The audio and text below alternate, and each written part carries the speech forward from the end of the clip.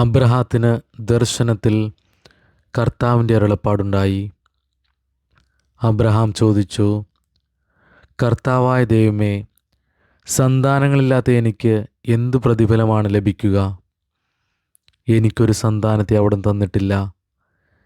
എൻ്റെ വീട്ടിൽ പിറന്ന ദാസരിൽ ഒരുവനായിരിക്കും എൻ്റെ അവകാശി. വീണ്ടും അവന് കർത്താവിൻ്റെ അരുളപ്പാടുണ്ടായി.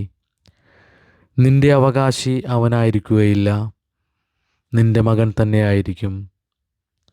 അവിടുന്ന് അവനെ പുറത്തേക്ക് കൊണ്ടുവന്നിട്ട് പറഞ്ഞു, ആകാശത്തേക്ക് നോക്കുക, ആ കാണുന്ന നക്ഷത്രങ്ങളുടെ എണ്ണമെടുക്കാൻ കഴിയുമോ?